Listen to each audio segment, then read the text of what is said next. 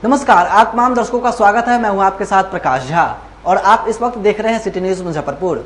आइए खबरों की शुरुआत करने से पहले एक नजर डालते हैं आज के प्रमुख सुर्खियों पे। प्रधानमंत्री नरेंद्र मोदी ने देश के 508 रेलवे स्टेशन को अपग्रेड करने का किया शिलान्यास। जिले के 3 रेलवे स्टेशन इसमें है शामिल। सावन की 5वीं सोमवारी को लेकर के कांवड़ियों का जत्था बाबा गरीबनाथ की नगरी पहुंचा। और मरियानी थाना क्षेत्र के काजी इंडा के समीप एनएच पर बस और ट्रक में हुई टक्कर, बस चालक की हुई मौत। ये थी आज की प्रमुख सुर्खियां। अब खबरें विस्तार से। प्रधानमंत्री नरेंद्र मोदी ने जिले को दी सौगात। 442 करोड़ की लागत से बनने वाले मुजफ्फरपुर स्टेशन का किया शिलान्यास।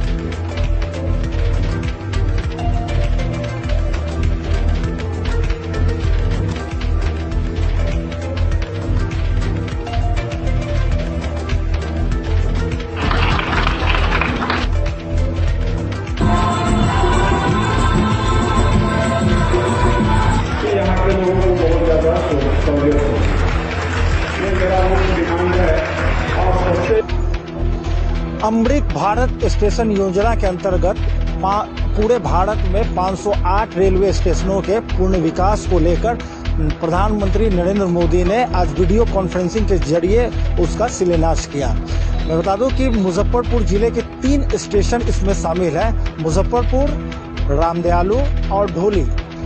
ये देख सकते हैं कि ये शिलान्यास का बोर्ड है। तीनों स्टेशनों का शिलान्यास वीडियो कॉन्फ्रेंसिंग के जरिए प्रधानमंत्री नरेंद्र मोदी ने किया है। आपको मैं बता दूं कि मुजफ्फरपुर स्टेशन के विकास को लेकर 442 करोड़ की राशि तय की गई है। इसमें फुल्ली स्मार्ट स्टेशन और विश्व स्तरीय स्टेशन का निर्माण होना था। राज्यपाल राजेंद्र विश्वनाथ आर्लेकर ने इस कार्यक्रम में शामिल हुए। सांसद अजय निषाद भी शामिल हुए थे। सांसद अजय निषाद ने जो सोनपुर रेलवे प्रमंडल के जीएम हैं उन्होंने आग्रह किया है कि वंदे भारत ट्रेन मुजफ्फरपुर स्टेशन को दी जाए। इसके अलावे उन्होंने कहा है कि एक ऐसा ट्रेन मिलना चाहिए जो कि मुजफ्फरपुर और दिल्ली जो भाया पटना होकर जाए, क्योंकि उसकी दूरी कम हो सके। इसके अलावे महामहिम राज्यपाल ने भी प्रधानमंत्री के जो ड्रीम प्रोजेक्ट योजना है उसकी विस्तार पूर्वक लोगों को जानकारी दी। वीडियो कॉन्फ्रेंसिंग के जरिए प्रधानमंत्री नरेंद्र मोदी ने अपने विजन को लोगों तक पहुंचाया और किस प्रकार से जो आम लोग हैं जो रेलवे से जो अपनी दूरी तय करते हैं, यात्रा करते हैं, उन लोगों की दुख दर्द को साझा करते हुए कहा कि जो रेलवे है वो सिर्फ और सिर्फ मध्यम और जो गरीब तबके के लोग हैं उनके लिए है और उनको ये विश्व स्तरीय सुविधा मिलनी चाहिए। भारतीय रेलवे भी इसका प्रतीक बन चुकी है। बीते वर्षों में रेलवे में ही जितना काम हुआ है उसके आंकड़े, उसकी जानकारी हर किसी को प्रसन्न भी करती है, हैरान भी कर देती है। जैसे दुनिया में south Africa, Ukraine, Poland, UK और स्वीडन जैसे देशों में जितना रेल नेटवर्क है उससे ज्यादा रेल ट्रैक हमारे देश में इन 9 वर्षों में बिछाए गए हैं। अब कल्पना करिए कि साउथ कोरिया, न्यूजीलैंड और ऑस्ट्रेलिया जैसे देशों का जितना रेल नेटवर्क है उससे ज्यादा ट्रैक भारत ने अकेले पिछले साल बनाए हैं। 1 साल में भारत में आज आधुनिक ट्रेनों की संख्या भी तेजी से बढ़ रही है। आज बड़ा अभियान होने वाला है।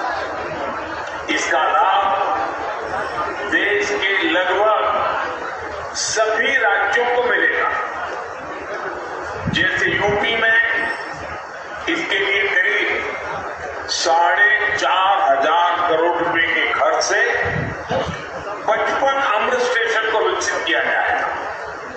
राजस्थान के भी 55 railway station Amrit Bharat station बनेंगे। एमपी में 1,000 करोड़ रुपए के खर्च से 34 स्टेशन का कायाकल्प होने वाला है। महाराष्ट्र में 44 स्टेशन के विकास के लिए 1,500 करोड़ रुपए से ज्यादा खर्च होंगे। तमिलनाडु, कर्नाटका और केरला के भी गवर्नर, मुख्यमंत्रीगण, राज्य मंत्रिमंडल के मंत्री से सांसदगण, विधायकगण, अन्य सभी महानुभाव और मेरे प्यारे भाई और बहनों, विकसित होने के लक्ष्य की तरफ कदम बढ़ा रहा भारत अपने अमृत काल के प्रारंभ में नई ऊर्जा है। खर्चे होने वाले हैं। देख लीजिए, सोच लीजिए कि अपना मुजफ्फरपुर का स्टेशन कितना बड़ा हो जाएगा, पूरी दुनिया के नक्शे पर आ जाएगा। इतना अच्छा स्टेशन हम सबको मिल रहा है और प्रधानमंत्री जी के इसके कारण हमको सबको धन्यवाद देने की आवश्यकता है। उनकी सोच के लिए हमको करने की आवश्यकता है। आने वाले समय में बिहार के लगभग सभी स्टेशन ऐसे ही विकसित हो रहे हैं। आज के दिन 49 स्टेशन हो रहे हैं। उन सभी स्टेशनों पे हम सब उसके लाभार्थी हैं, हम सब लाभार्थी हैं।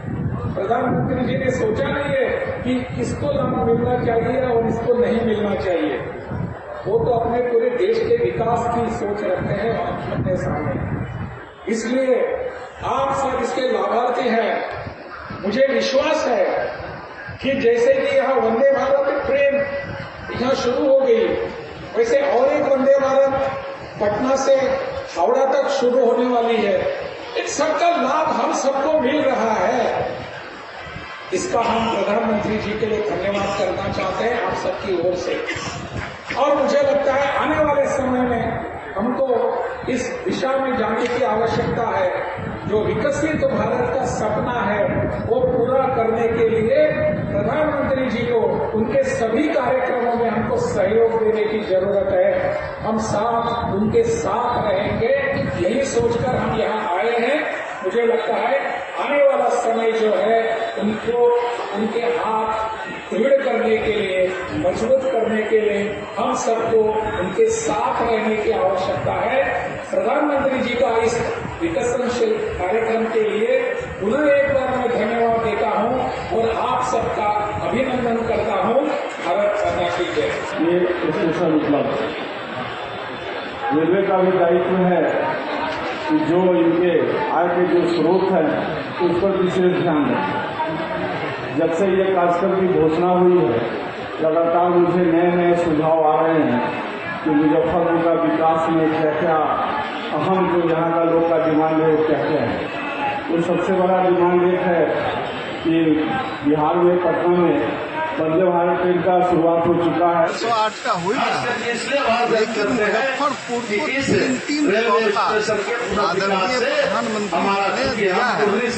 आज जो है मुजफ्फरपुर का एक मेन स्टेशन वह स्मार्ट स्टेशन बनेगा।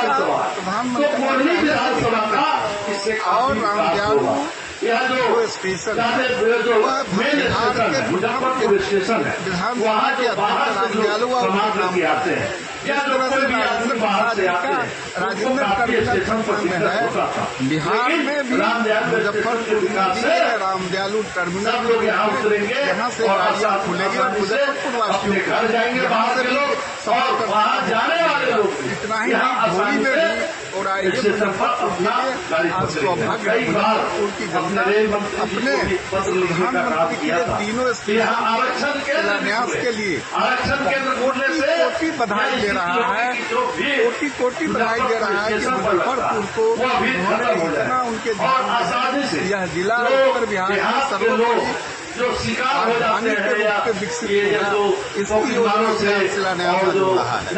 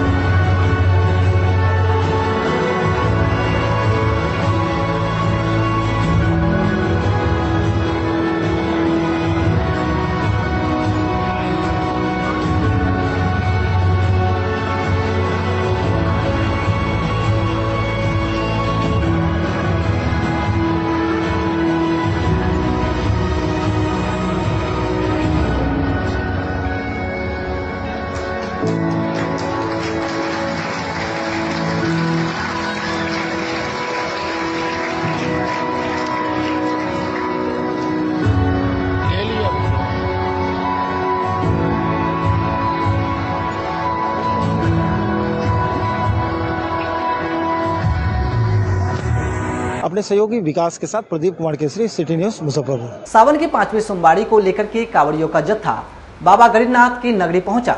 लगभग 10,000 कांवड़िया बाबा गरीबनाथ का जलाभिषेक करेंगे। सावन की 5वीं सोमवारी और पुरुषोत्तम मास की तीसरी सोमवारी पर बाबा गरीबनाथ का जलाभिषेक करने को सोनपुर के पहलेजा घाट से हजारों की संख्या में कांवड़िया गंगा का जल उठाने के बाद मुजफ्फरपुर रवाना हो गए। पूरा कांवड़िया मार्ग बोलबम के नारे से और हर हर महादेव के नारे से गूंज उठा। शिव भक्तों के सैलाब की वजह से कांवड़िया पथ गेरुआ रंग में रंगा नजर आ रहा था। बाबा गरीबनाथ के जलाभिषेक के लिए कांवड़ियों का जत्था शहर पहुंच रहा है। बाबा गरीबनाथ धाम के महंत अभिषेक पाठक ने बताया कि इस बार लगभग 10,000 कांवड़ियों की जलाभिषेक करने की संभावना है। वहीं महंत अभिषेक पाठक ने बताया कि हर बार की तरह इस बार भी कांवड़ियों को जलाभिषेक करने में किसी प्रकार की कोई परेशानियां न हो, इसको लेकर के मंदिर की तरफ से हर व्यवस्था पूरी कर ली गई है। इस बार लगभग 5 से 7,000 लोकल कांवर और लगभग 5,000 समथिंग डाक कांवर का अनुमान है इस बार। और उसके बाद सुबह 5 बजे से लोकल भक्तों की भीड़ हो जाएगी, जो लगातार 2 बजे तक अर्घा के माध्यम से जल चढ़ाया जाएगा। 2 बजे के बाद डायरेक्ट बाबा गरीबनाथ में ही जलाभिषेक होगा। भीड़ को नियंत्रित करने के लिए क्या कुछ व्यवस्था की गई है? भीड़ के नियंत्रित करने के लिए हम लोग पहले सोमवारी से ही मतलब सामान्य हर सोमवारी में एक बराबर ही हम लोग रखते हैं, चाहे भीड़ जितना भी हो जाए हम लोग एक समान ही व्यवस्था रखते हैं। और पुलिस प्रशासन की भी बहुत सराहनीय व्यवस्था रही है पिछले सोमवारी से लेके आज तक का। और स्वयं सेवक भी, सेवा दल वाले भी लगे हुए रहते हैं। तिलक मैदान स्थित एक निजी होटल के सभागार में भारतीय सम्मेलन के तत्वाधान में अखिल भारतीय वैश्य समाज के प्रमुख लोगों के साथ बैठक की गई। तिलक मैदान स्थित एक निजी होटल के सभागार में अखिल भारतीय सम्मेलन की तत्वाधान में अखिल भारतीय वैश्य महासम्मेलन के प्रदेश अध्यक्ष ढाका विधायक पवन पासवान ने वैश्य समाज के प्रमुख लोगों के साथ संवाददाता सम्मेलन को संबोधित किया। वहीं पवन जायसवाल ने कहा कि आज जिस तरह से वैश्य समाज के लोगों पर लगातार हत्या, अत्याचार, जानलेवा हमला की घटनाएं हो रही है, यह पूरे बिहार के लिए चिंता का विषय है। जिस वैश्य समाज ने अपने कुशल व्यापार से समाज को दिशा निर्देश का कार्य किया, उस समाज के लोगों के साथ इस तरह की घटना को अंजाम देना दुखद है। आज जिस तरह से एक एक व्यवसायी को चिन्हित कर आपराधिक घटनाओं को अंजाम दिया जा रहा है, यह चिंता का विषय है। ऐसे में आपराधिक घटनाओं से पीड़ित वैश्य परिवारों को पुलिस सुरक्षा देना सरकार की पहली प्राथमिकता होनी चाहिए। लेकिन आज वैश्य समाज के हजारों व्यापारियों का अपने सुरक्षा है। हजारों शस्त्र लाइसेंसों का आवेदन सभी जिला पदाधिकारियों के कार्यालय में शोभा बढ़ाने का कार्य कर रहा है, जबकि यह समाज राज्य एवं देश के विकास में सर्वाधिक टैक्स देने वाला है। फिर भी इनकी सुरक्षा की चिंता नहीं होना अत्यंत दुखद है। आंदोलन का सूत्रपात हुआ है, चाहे वो आजादी की लड़ाई हो या आजादी के बाद की लड़ाई हो या फिर समाज में कोई भी परिवर्तन हुआ है, तो मुजफ्फरपुर ने ही नेतृत्व लिया है। और इस धरती पर ब्रज बिहारी प्रसाद जी ने भी शहादत दिया। इस धरती पर बहुत लोगों ने संघर्ष किया। आज पवन जायसवाल जी अखिल भारतीय वैश्य सम्मेलन के अध्यक्ष चुने गए हैं और ये बहुत ही उर्वरक आदमी है, बहुत ही मतलब संघर्षशील आदमी है। तो निश्चित तौर पर वैश्य समाज भी इनको देख रहा है।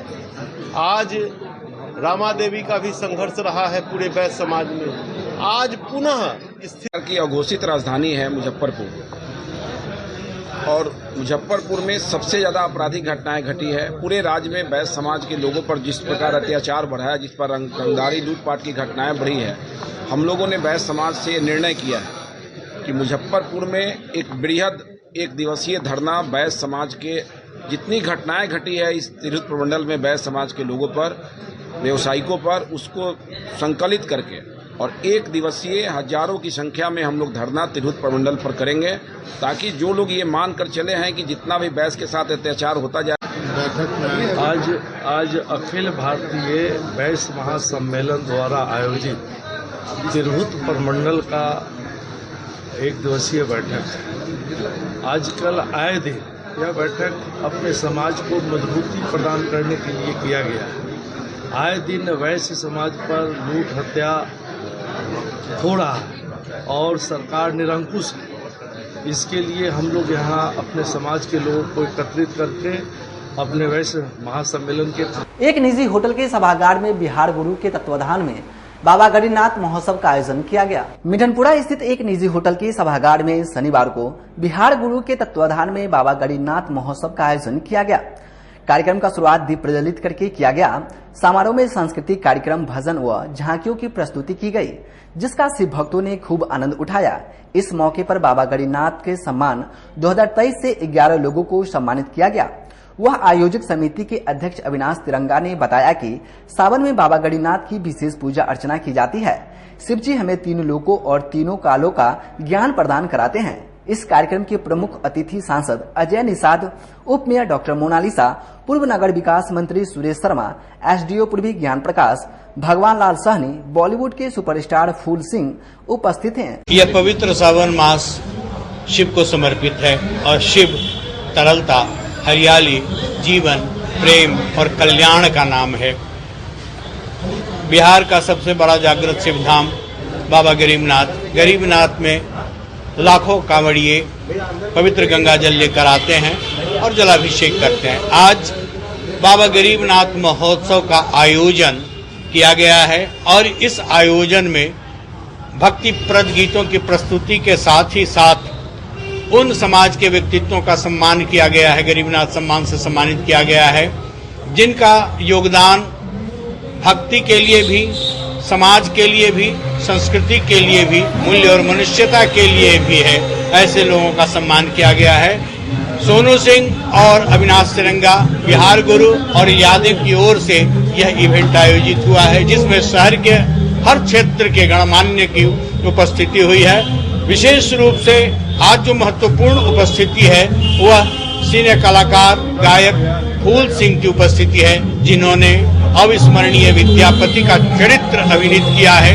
साथ ही साथ मुजफ्फरपुर की सांस्कृतिक सांगीतिक चेतना से संपन्न जो भी कलाकार हैं। 2024 लोकसभा चुनाव में पूर्व मंत्री सुरेश शर्मा ने वैशाली लोकसभा सीट से अपनी दावेदारी ठोकी। वैशाली की धरती पर कमल खिलेगा, यानी भारतीय जनता पार्टी चुनाव लड़ेगी, तब हमारे दिल में भी ये बात आई है कि जब भाजपा लड़ेगी तो सुरेश शर्मा लड़ सकते हैं। इसके लिए हम अपना प्रयास 2024 लोकसभा चुनाव जैसे जैसे नजदीक आ रही है, वैसे वैसे राजनीतिक पारा काफी अपने हाई चल रहा है। ऐसे में हम आज ऐसे लोकसभा सीट की बात करने जा रहे हैं जो कि लोकतंत्र की जननी भी करते हैं। हम आज वैशाली लोकसभा चुनाव की बात कर रहे हैं क्योंकि ये पूरे बिहार में सबसे हॉट सीट कहा जाता है। इस पर भारतीय जनता पार्टी किसी प्रकार का कमजोर दांव नहीं खेले जा रही है। इसको लेकर आज एक नाम की चर्चा काफ़ी चल रही है, पूर्व मंत्री सुरेश शर्मा जी, चूँकि ये लगातार उस क्षेत्र में इनका नाम काफ़ी तेज चल रहा है और पिछले कई वर्षों से वो लगातार उसमें। सबसे पहले तो आपका धन्यवाद। आखिरकार पूर्व मंत्री जी इस वैशाली की सीट में काफ़ी चर्चा हो रही है और क्योंकि आपका मुजफ्फरपुर कौन क्षेत्र है, तो क्यों चुन रहे हैं? देखिए, वैशाली जो है वह मुजफ्फरपुर मेरा कर्म क्षेत्र, लेकिन हमारा जन्म क्षेत्र वैशाली नारायणी नदी के किनारे है, जहाँ हम लोग की पैटर्नल प्रॉपर्टी है, घर है। वैसे हम लोग का घर उसके उस साइड छपरा में भी, और इस साइड जफराबाद नारायणी नदी जो वैशाली में आता है वहाँ भी है। तो दो ही क्षेत्र आदमी के लिए उपयुक्त होता है, या तो कर्म क्षेत्र नहीं तो जन्म क्षेत्र। तो कर्म क्षेत्र मुजफ्फरपुर है, जन्म क्षेत्र वैशाली है।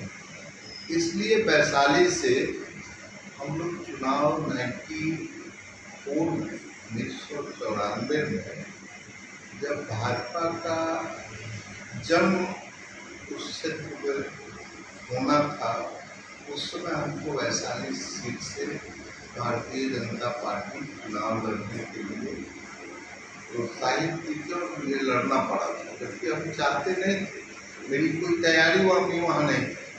तो 94 में हम लोकसभा लड़े थे, और उसके बाद वो सीट बराबर गठबंधन में ही जाते रहे, और गठबंधन से लोग हारते भी रहे, जीतते भी रहे। लेकिन इस साल हमारे राष्ट्रीय अध्यक्ष आदरणीय जेपी नड्डा जी वैशाली प्रजातंत्र की धरती पर कमल खिलेगा, यानी भारतीय जनता पार्टी चुनाव लड़ेगी, तब हमारे दिल में भी ये बात आई है कि जब भाजपा लड़ेगी तो सुरेश शर्मा लड़ सकते हैं, इसके लिए हम करते हैं। अच्छा, ये बताइए कि लोजपा की बीना देवी वहाँ से सिटिंग सांसद है, और देखिए अभी फॉरन बुक से लिए आती है, और लगातार चिराग पासवान को दस्तक में मुलाकात, उस पर क्या करें?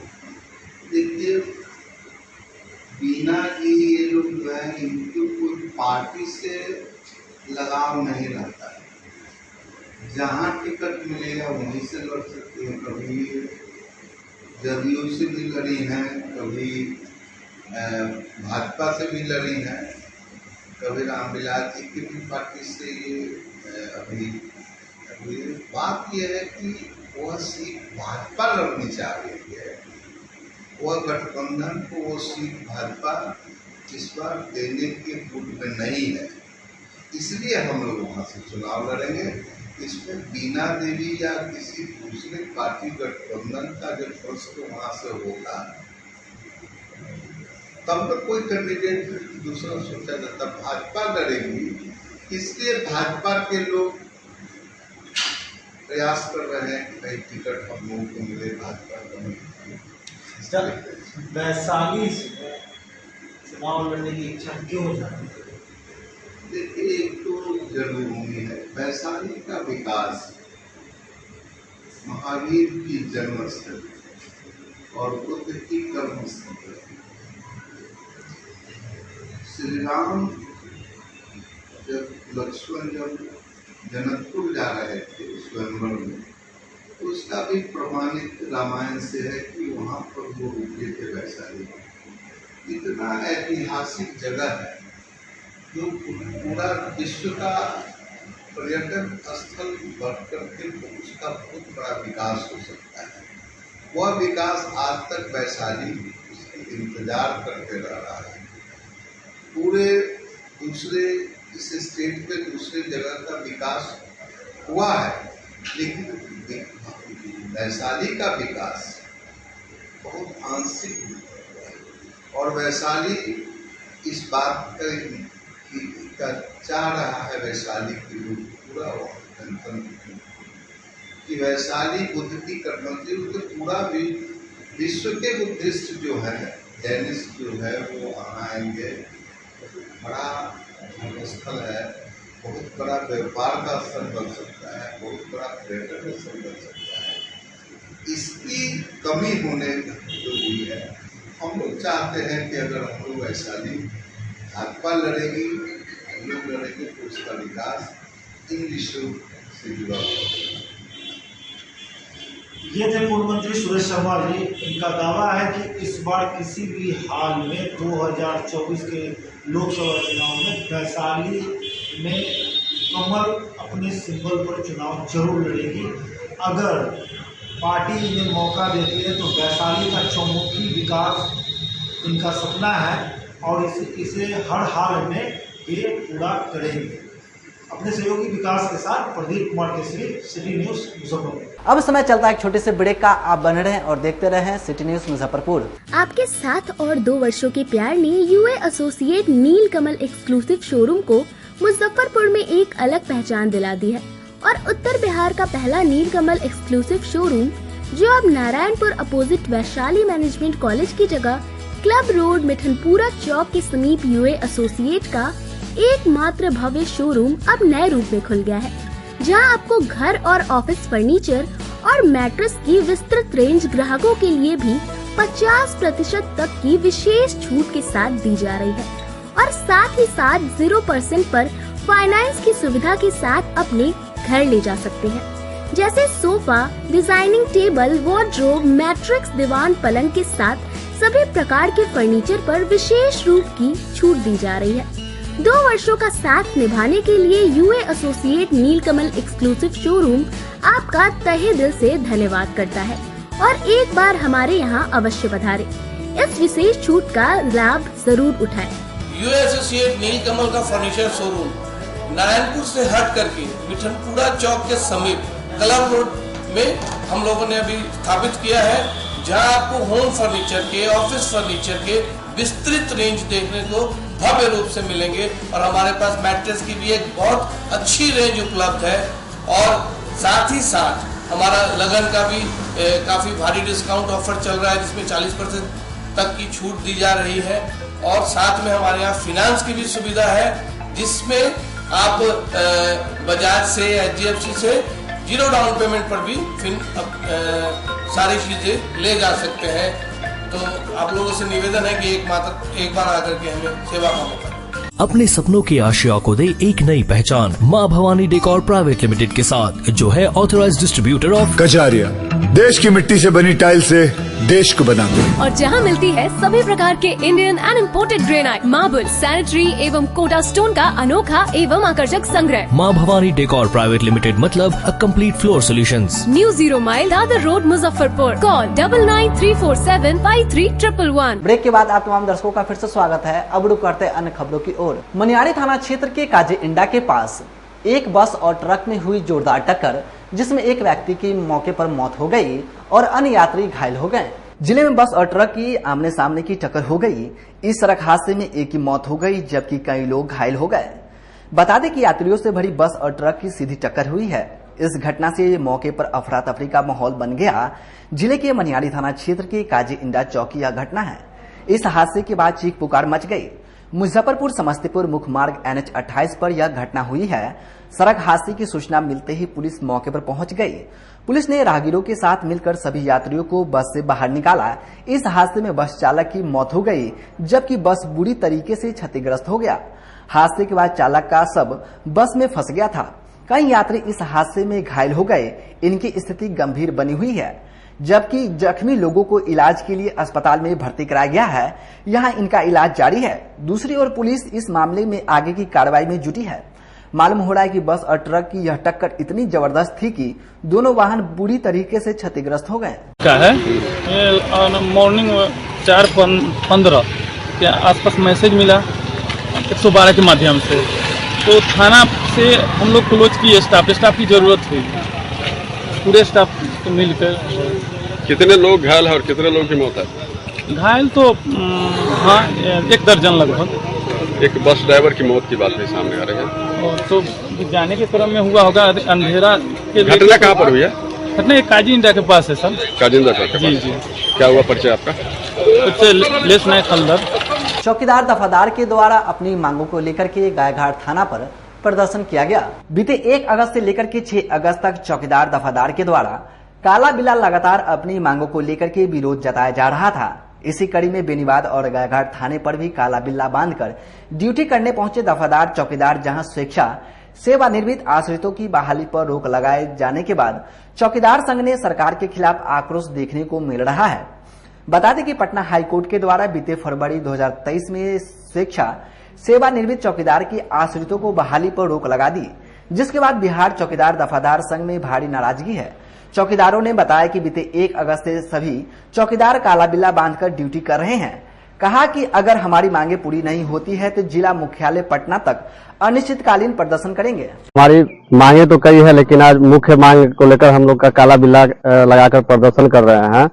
जो 5/3/14 के बाद जो भी दफादार चौकीदार सेवानिवृत्ति से पहले स्वैच्छिक लेते हैं उनको आश्रित की नियुक्ति होती थी, लेकिन पटना उच्च न्यायालय ने उनके दफादार चौकीदार के आश्रित की नियुक्ति पर रोक लगा दी है। जो हमारी मांग है, जो सरकार पुनः अध्यादेश ला करके इस नियुक्ति को करे, अन्यथा हम लोग अनवरत जो है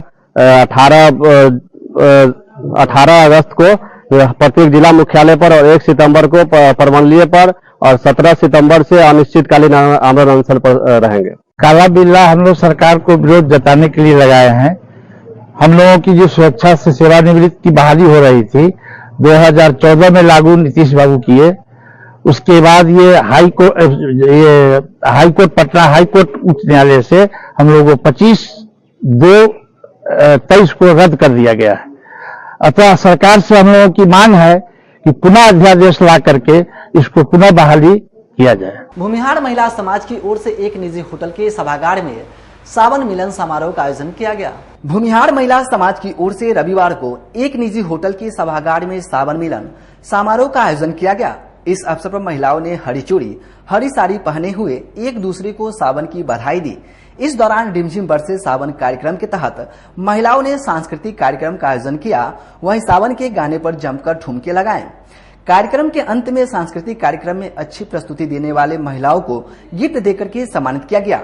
इस कार्यक्रम में पटना से भी महिलाएं शामिल हुई। इस अवसर पर मीना प्रासड़ ने कहा कि भूमिहार समाज को मजबूत बनाने के लिए महिलाओं ने यह कार्यक्रम का आयोजन किया है। इस तरह के कार्यक्रम से एक दूसरे में से प्रेम भाव बढ़ता है और आपसी मजबूती आती है। जी, आज यहाँ मिलन होटल में, मिलन रेसिडेंशियल होटल में हमारे भूमिहार महिला समाज का सावन मिलन कार्यक्रम चल रहा है, जिसमें पटना से भी चल के महिलाएं आई हैं और वो सारी हम लोग भूमिहार महिलाएं हैं और हम लोग ऐसे ही समय समय पे मिलजुल के और कार्यक्रम करते रहते हैं और एक दूसरे का जो भी अभी सावन आया है तो महिलाओं के लिए हरी चूड़ियां, मेहंदी और इन सब चीजों का बहुत ही महत्व है। तो इसी तरह हम लोग यहाँ पे मिलजुल के और डांस करते हैं, मस्ती करते हैं, उसमें विभिन्न तरह के प्रोग्राम होते हैं जो सभी को गिफ्ट और प्राइजेस मिलते हैं। तो इस तरह हम लोग एक अपनी जाति को मजबूत करते हैं और यहाँ पे हम लोग एंजॉय भी करते हैं। आगामी फिल्म फेस्टिवल की तैयारी को लेकर के राष्ट्रीय स्वयंसेवक संघ के प्रचार विभाग ने अपने कार्यालय में बैठक की। आगामी फिल्म फेस्टिवल की तैयारी को लेकर के रविवार को राष्ट्रीय स्वयंसेवक संघ के प्रचार विभाग ने कलमबाग चौक स्थित कार्यालय में बैठक की। इसमें RSS के फिल्म आयात के तहत होने वाले फिल्म फेस्टिवल की तैयारी पर बात की गई। राष्ट्रीय स्वयंसेवक संघ पिछले 4 वर्षों से प्रत्येक वर्ष फिल्म फेस्टिवल आयोजित करती है, जिसमें best director, best actor, best acting, best actress, best film आदि का पुरस्कार वितरित करती है। इसी की तैयारी को लेकर के आज बैठक के माध्यम से पोस्टर रिलीज की गई। बैठक को संबोधित करते हुए महानगर प्रचार विभाग के प्रमुख विवेक ने बताया कि फिल्म के जरिए मनुष्य पर सीधा असर पड़ता है, इसलिए समाज में फिल्म का यह महत्वपूर्ण योगदान रहता है। राष्ट्रीय स्वयंसेवक संघ राष्ट्रहित में बनी फिल्म, बाल विकास से संबंधित फिल्म, महिला सशक्तिकरण से संबंधित फिल्म आदि को चुनकर के पुरस्कृत करती है।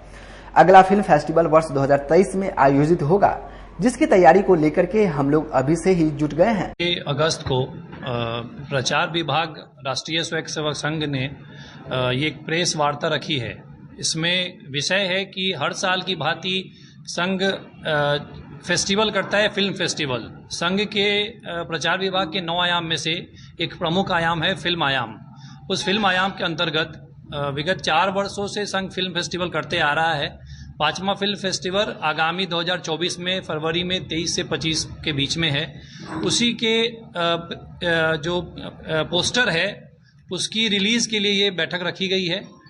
इस बैठक में हम कुछ विषयों पर चर्चा करने हैं, जैसे आज के समय में फिल्म बहुत बड़ा महत्वपूर्ण चीज़ है। जैसे लोगों के बीच युवा हो, वृद्ध हो, चाहे परिवार हो, सबके बीच में फिल्म का इतना बड़ा सहयोग हो चुका है कि इससे लोग सीखते हैं, समझते हैं, आगे संसार में जो चल रहा है, काल्पनिक अकाल्पनिक घटनाएं सब सामने आती है। इसी को मद्देनजर रखते संघ के फिल्म आयाम ने फिल्म फेस्टिवल आयोजन कर रही है। फिल्म फेस्टिवल में पूरे भारतवर्ष से अनेक प्रकार के विषयों के ऊपर फिल्म बन के आती है जो राष्ट्र के हित में हो, राष्ट्र चिंता, राष्ट्र समाज में अच्छा कल्याण, महिला सशक्तिकरण, बाल विकास, भारत के अच्छे विचारों, समाज में अच्छी चीज़ें आने के जो आती हैं उसके विषय पे फिल्म फेस्टिवल रखा जाता है। पूरे भारतवर्ष से और एक बहुत प्रकार के फिल्म बन के आते हैं। उसके प्रारूप वहाँ पे अच्छे सब best director, best actor, best film maker. खबरों का सिलसिला होता यहीं समाप्त। हमें और हमारी पूरी टीम को दीजिए इजाजत। फिर मिलते हैं तमाम बड़ी खबरों के साथ। नमस्कार।